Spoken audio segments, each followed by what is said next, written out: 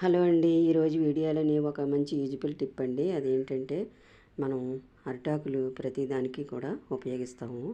ఈ అరిటాకులు ప్రసాదాలు పెట్టడానికి చాలా ఈజీ మెథడ్లో కప్పులు ఎలా తయారు చేసుకోవాలో చూపించిపోతున్నానండి. ప్రసాదాలు పెట్టడానికి చాలా బాగుంటాయి. ఇలాగా సింపుల్ మెథడ్లో అయిపోతాయి.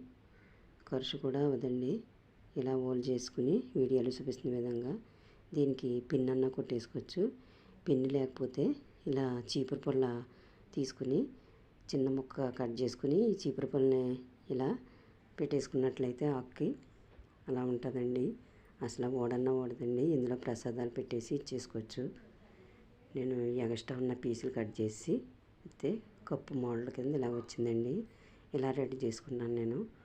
ఇలా ఎన్నన్నా రెడీ చేసుకుని క్షణాల్లోనే ఇలా పెట్టేసుకోవచ్చు ప్రసాదాలు. ఈ వీడియో అందరికీ యూజ్ అవుతుందండి. యూజ్ అయిన వాళ్ళకి షేర్ చేయండి.